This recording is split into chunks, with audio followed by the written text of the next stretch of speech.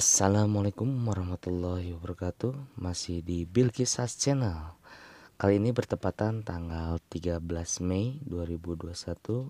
Dan hari ini juga hari besar buat umat Islam, karena hari ini adalah hari raya Idul Fitri, jatuh 1 Syawal 1442 Hijriah.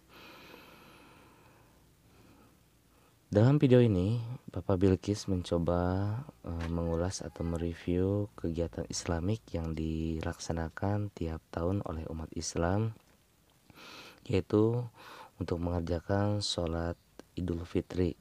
Dan kebetulan hari ini Bapak Bilqis mengambil spot dari Garut, dari arah rumah menuju ke Masjid Agung. Dan jarak dari rumah ke Masjid Agung kira-kira Bapak Bilqis harus berjalan sekitar 20 menit. Insya Allah mudah-mudahan berkah di tahun ini. Dan juga Bapak Bilqis mewakili Bilqis Channel mengucapkan minal aidin wal faizin, mohon maaf lahir dan batin.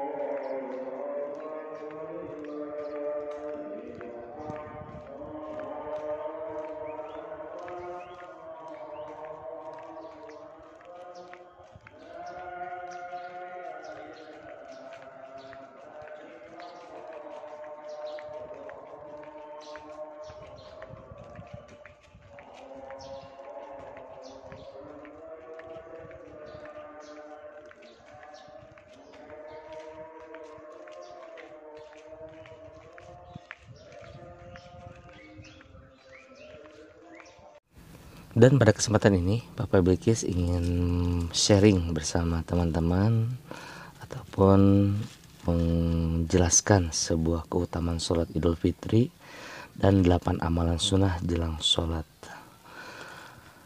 Adapun keutamaan sholat Idul Fitri sungguh besar Sholat ini bukanlah sholat yang biasa kita lakukan rutin, namun hanya dilakukan setelah kita melaksanakan puasa Ramadan. Tentu saja apa yang dilakukan untuk sholat Idul Fitri sebagaimana yang telah Islam syariatkan memiliki makna juga keutamaan jika kita tunaikan. Sholat Idul Fitri adalah amal khusus di hari raya Idul Fitri. Indikator istimewanya sholat ini, Rasulullah memerintahkan kaum laki-laki dan perempuan untuk mengerjakannya, juga budak dan anak-anak. Bahkan Rasulullah juga memerintahkan wanita haid menyaksikan meskipun harus menjauhi dari tempat sholat. Jumhur ulama menjelaskan bahwa hukum sholat Idul Fitri adalah sunnah muakkadah, yaitu sunnah yang sangat dianjurkan.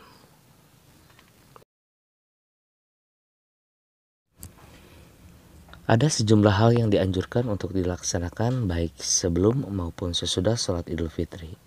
Di antaranya adalah 8 hal berikut ini. 1. Rasulullah biasa mandi sebelum berangkat sholat Id. Demikian pula para sahabat. 2. Rasulullah mengenakan pakaian terbaik ketika sholat Id. Beliau juga memerintahkan sahabat mengenakan pakaian terbaik. 3. Dianjurkan menggunakan wewangian khususnya bagi pria.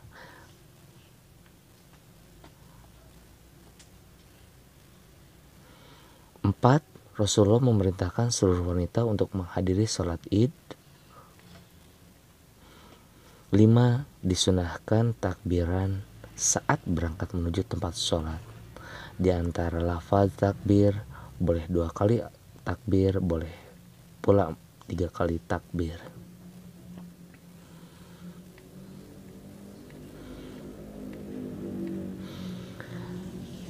6. Dianjurkan berjalan kaki baik saat pergi maupun pulang. Tidak naik kendaraan kecuali ada hajat, misalnya sangat jauh. 7. Disunahkan pula mengambil jalan berbeda saat pergi dan pulang. 8. Salah satu sunnah sholat Idul Fitri adalah melambatkan dimulainya sholat.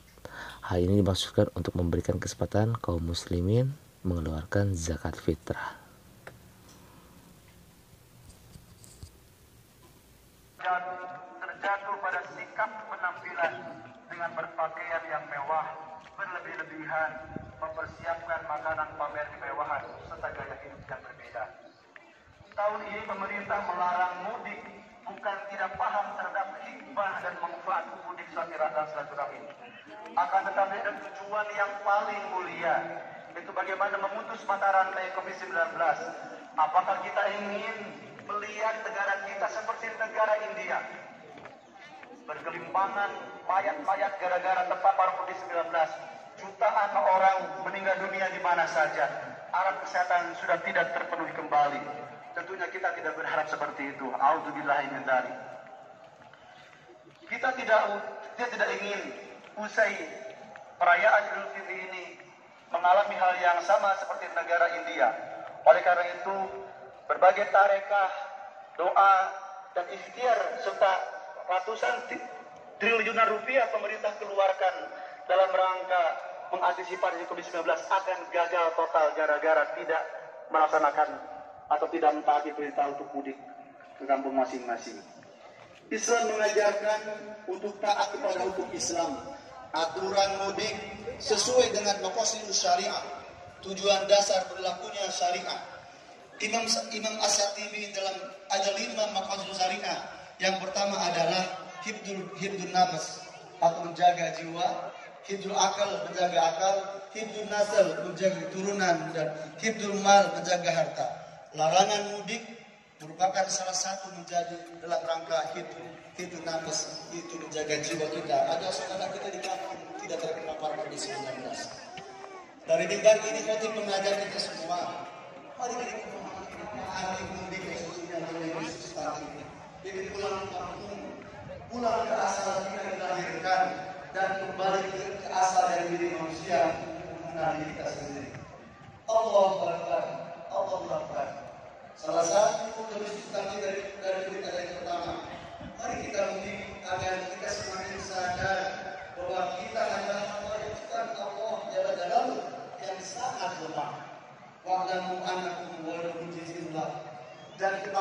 bahwa kamu sekalian itu tidak dapat menentang kekuasaan Allah. Dengan capaian pengetahuan yang kita banggakan, kita belum mampu menundukkan virus COVID-19. Berbagai cara dan ikhtiar duniawi kita lakukan. Orang-orang jenius dikerahkan di muka bumi ini. Berbagai strategi dilakukan, akan tetapi tidak ada hasilnya. Maka itu mudah-mudahan dengan langkah-langkah ini COVID-19 akan terantisipasi. Allah SWT berfirman yang artinya tidak ada suatu musibah yang menimpa seseorang kecuali dengan izin Allah Subhanahu wa taala. Dan barang siapa yang beriman kepada Allah, niscaya Allah akan beri petunjuk kepadanya dan Allah Maha mengetahui segalanya. At-Takwabur ayat 11. Tidak ada daya upaya yang kita miliki. La haula wala quwwata illa billahil aliyyil azim. Kita adalah makhluk yang kecil, makhluk yang lemah, tapi tidak mampu mengantisipasi makhluk yang sekecil virus COVID-19. Banyak yang sakit bahkan meninggal dunia. Mana kesombongan kalian yang kalian agung-agungkan? Mana kekuasaan dan kekayaan yang kalian bangga-banggakan? Semuanya tidak berdaya, hanya kena satu virus kecil saja, kita semua binasa. Yang kedua hikmah dari mudik, mari kita mudik agar lebih menyadari kelemahan kita, agar semakin dekat dengan Allah Subhanahu wa taala.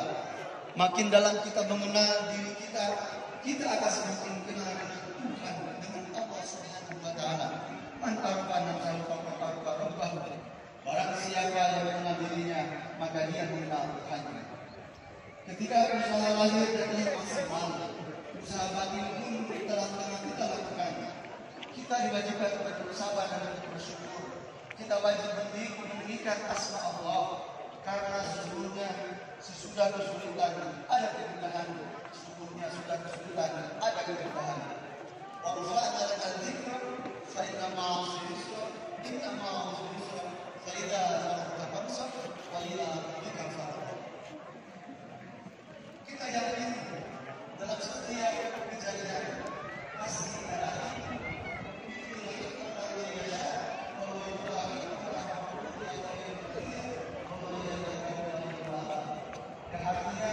yang diberi hikmah kepada siapa yang menjadi kebenaran. Barang siapa yang diberi hikmah, sesungguhnya dia telah diberi kebaikan yang banyak dan tidak ada dapat mengambil pelajaran kepada orang-orang yang berakal. Allahu Akbar, Allahu Akbar, walillahil hamd. Yang ketiga adalah mudik. Mari kita mudik untuk menyadari bahwa agar lebih mementingkan urusan akhirat daripada urusan dunia. Idul Fitri pada masa pandemi COVID-19 seakan-akan tidak menggoyahkan sikap dan perilaku kita, menguatkan perhatian umat manusia terhadap urusan dunia. Kepentingan dunia jauh lebih berharga daripada urusan akhirat. Sering berebut kekuasaan dan kekayaan dengan cara masing-masing. Halal dan haram kadang-kadang yang bercampur menjadi sesuatu yang tidak jelas. Kepentingan dunia kadang-kadang bertemu dengan kepentingan akhirat. Jika berpikir di sini tentunya dengan keinginan dan hati nurani, padahal dunia adalah tempat fana yang akan segera kita tinggalkan. Sedangkan akhirat adalah tempat abadi yang akan segera kita. Allah Akbar, Allah Akbar. Yang kedua, mari kita luas manusia. Hari Fitri dan pagi kita meningkatkan manusia dan solidaritas sama manusia. Banyak orang yang dalam pekerjaan tidak diberikan tidak bisa mendapatkan dari golongan kemiskinan menjadi masalah bangsa. Belasan manusia yang merupakan keterbakangan dan kemiskinan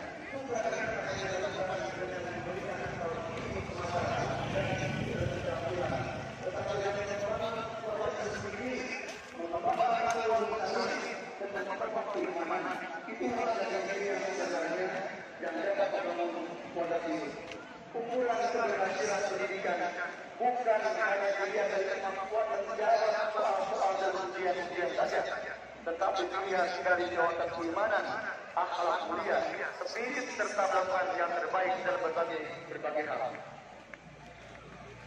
Untuk membangun kehidupan yang lebih baik, tidak cukup hanya sekedar mendiskusikan tentang keterbelakangan dan kemiskinan, tapi perlu kepedulian sosial yang perlu membebaskan manusia dari segala kesulitan dan kemiskinan. Rasulullah SAW bersabda, siapa yang merasakan kesulitan seorang mukmin dari berbagai kesulitan dunia, niscaya akan membebaskan kesulitan di hari kiamat. Riwayat Bukhari. Hadirin rahimakumullah, jadikanlah dunia sebagai tempat menanam kebaikan dan akhirat sebagai tempat menuai pahala Allah. Allah menggambarkan bahwa suatu hari akhirat sama dengan 1000 tahun dunia.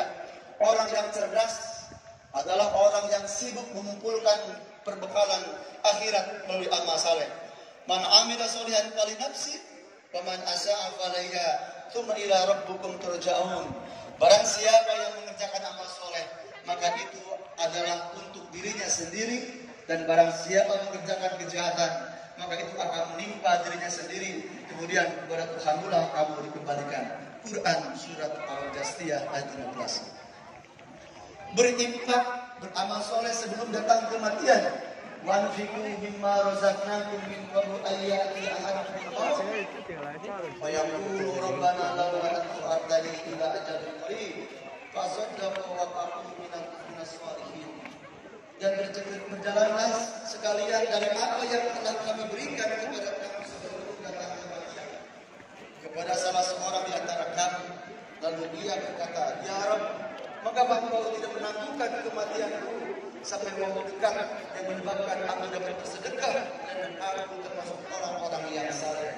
Al-Munafiqun ayat 10. Yang kelima, mari kita mudik. Untuk lebih memaknai istilah mudik sebagai tujuan daripada mudik.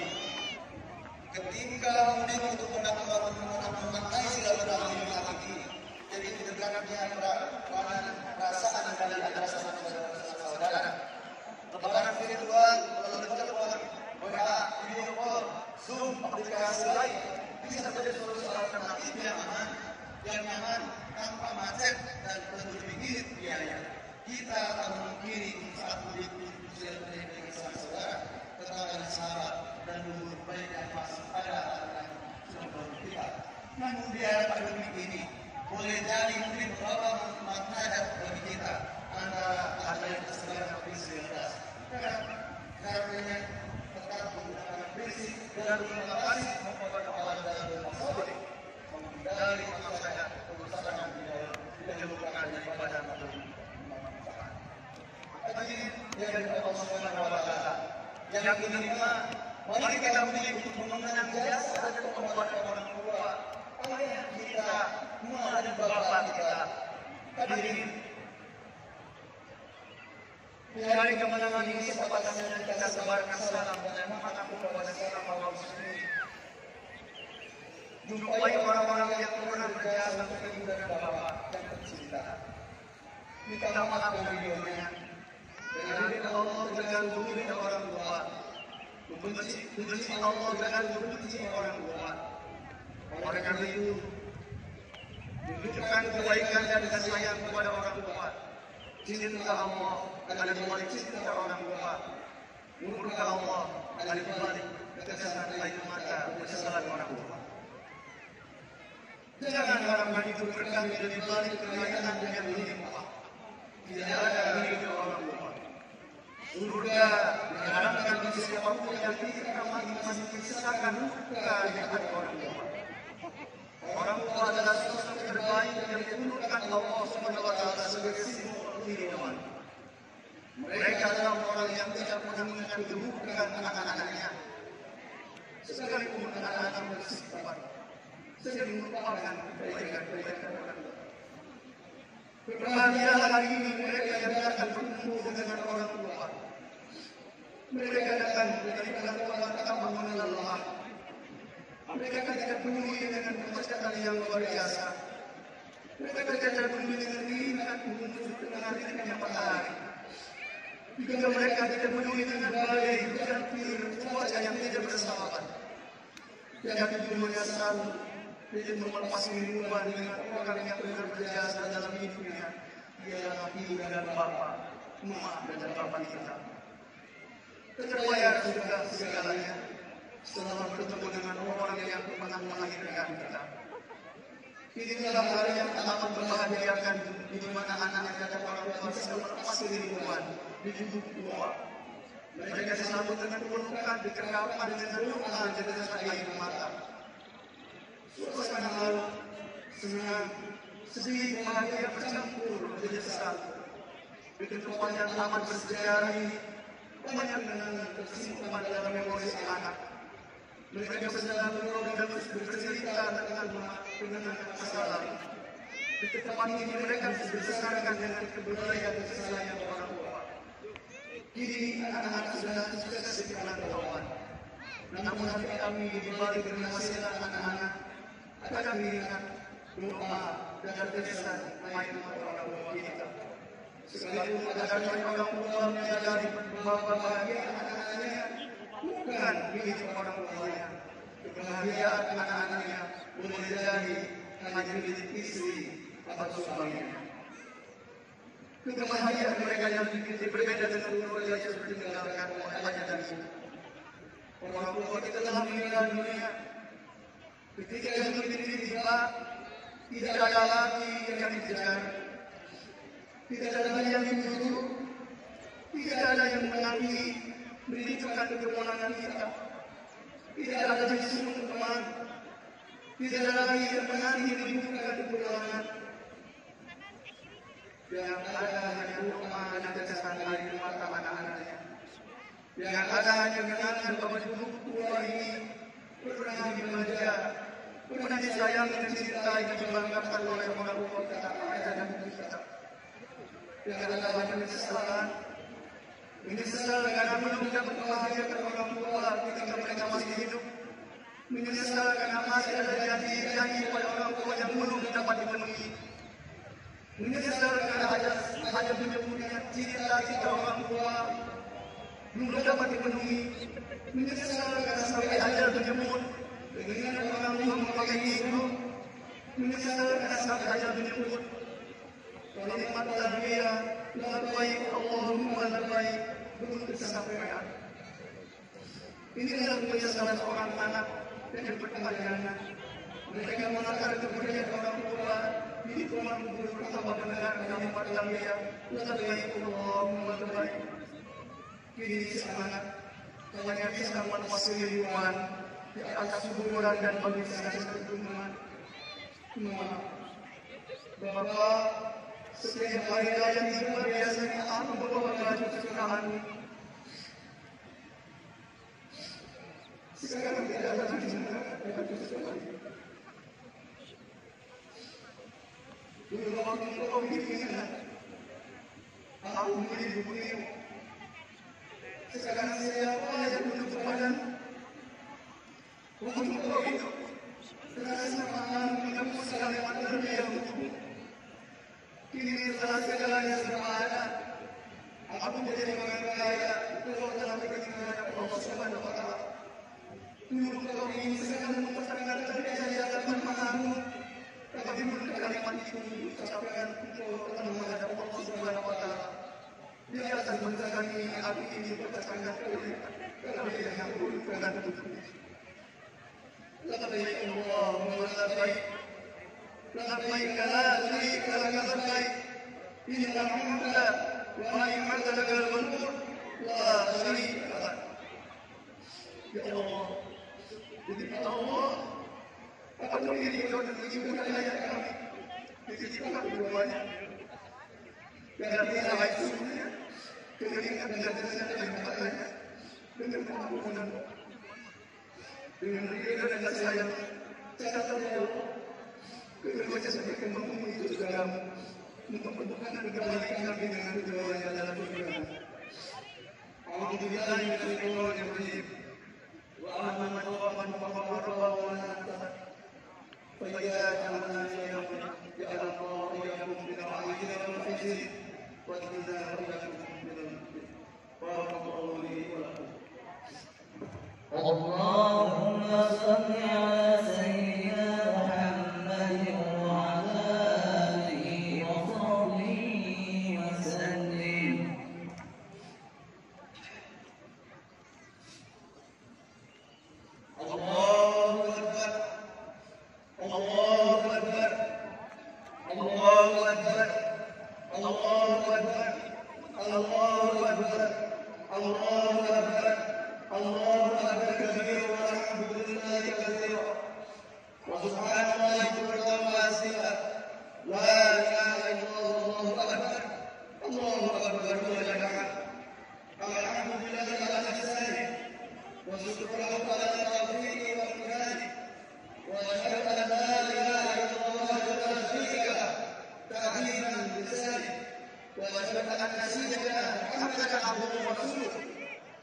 والداعي إلى رضوانك.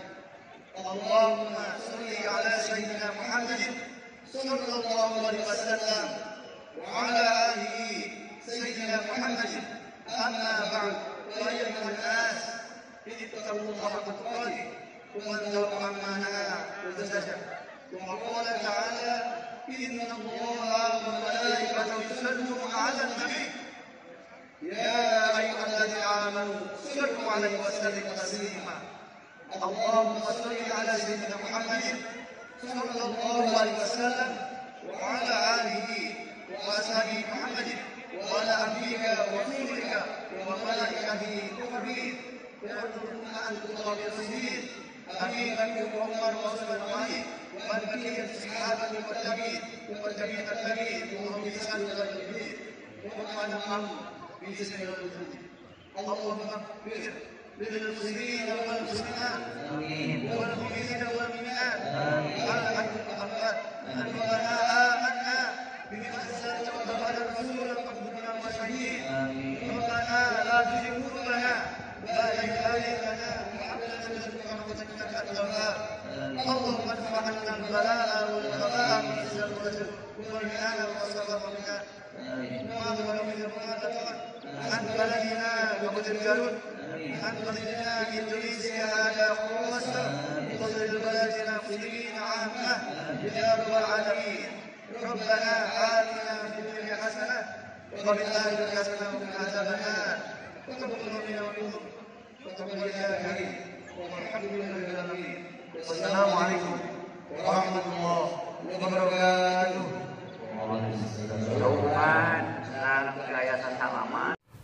Allahu Akbar, Allahu Akbar, Allahu Akbar.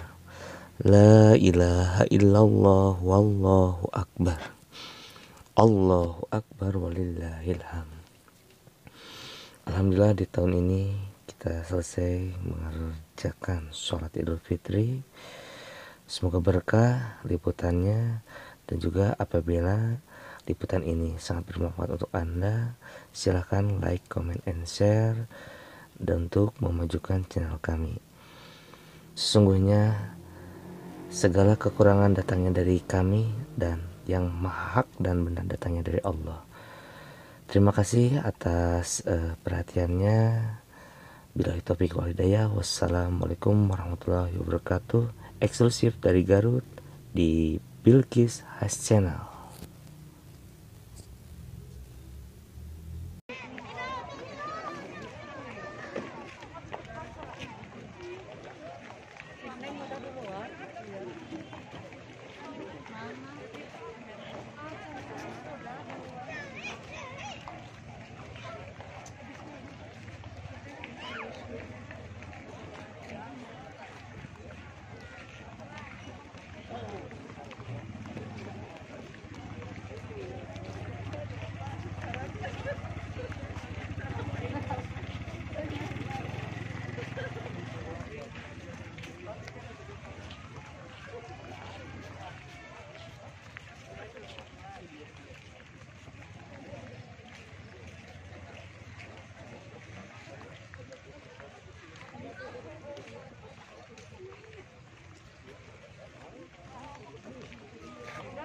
Dari kan bisa ke kantor nih.